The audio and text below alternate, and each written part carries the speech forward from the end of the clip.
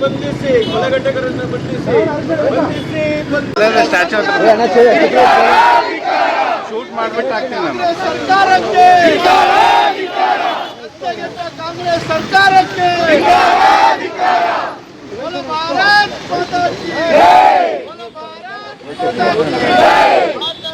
ಮಾತರಂ, ವಂದೇ ಮಾತರಂ, ಮಾತರಂ ವಂದೇ ಮಾತರಂ, ಚೂರು ಹಿಂದೆ ಬನ್ನಿ, ವಂದೇ ಮಾತರಂ, ಜೈ ಜೈ ಮಾತಾ ಭಾರತ್ ಮಾತಾ.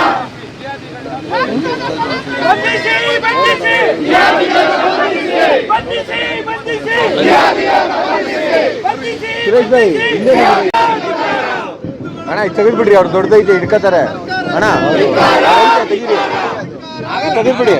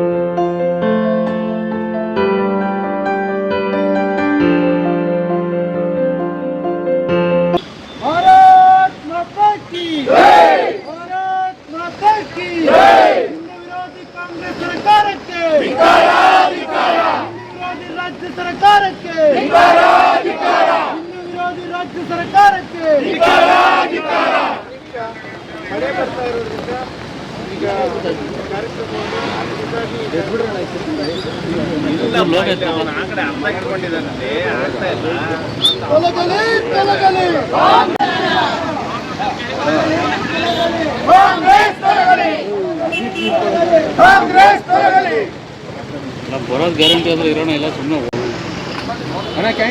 ಎತ್ತು ಮೇಲಕ್ಕೆ ಮೇಲೆ ಎತ್ತಿದ್ದೀನಿ ನೋಡಿ.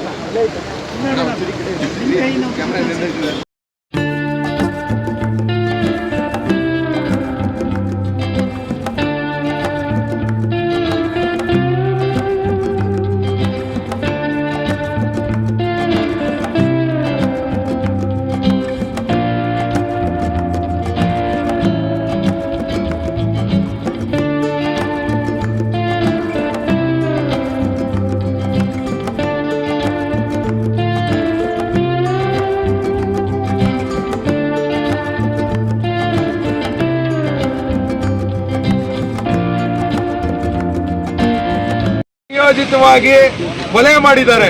ಇದೇನು ಹೊಸ್ತಲ್ಲ. ಸಿದ್ದರಾಮಯ್ಯ ಅವರು ಯಾವಾಗ ಕಾಂಗ್ರೆಸ್ ಸರ್ಕಾರ ಮುಖ್ಯಮಂತ್ರಿಯಾಗಿ ಸಿದ್ದರಾಮಯ್ಯ ಅವರು ಬರ್ತಾರೋ, ಕಳೆದ ಬಾರಿ 2013ರಿಂದ 18ರಲ್ಲಿ 28 ಜನ ಹಿಂದೂ ಕಾರ್ಯಕರ್ತರ ಕಗ್ಗೊಲೆ ಆಗಿತ್ತು. ನಾವು ಹೇಳಿದ್ವಿ ಖಂಡಿತ ಇವ್ರು ಬಂದ್ರೆ ಇದೇ ಕೆಲಸ ಮಾಡ್ತಾರೆ ಅಂತ. ಪ್ರತಿ ಬಾರಿನೂ ಆ ಸುಹಾಸ್ ಶೆಟ್ಟಿ ಕಾರ್ನ ಯಾವಾಗಲೂ ತನಿಖೆ ಮಾಡೋದು, ತಾಲಾಶ್ ಮಾಡೋದು.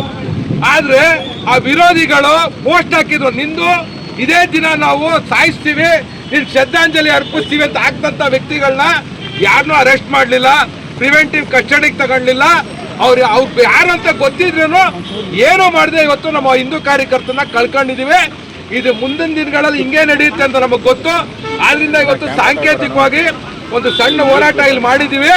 ಇದನ್ನ ಇಡೀ ರಾಜ್ಯದಂತ ಉಗ್ರವಾದ ಹೋರಾಟ ಈ ಕಾಂಗ್ರೆಸ್ ಸರ್ಕಾರದ ವಿರುದ್ಧ ನಾವು ಮಾಡ್ತೀವಿ ಅಂತ ಹೇಳಕ್ ಇಚ್ಛೆ ಪಡ್ತೀವಿ.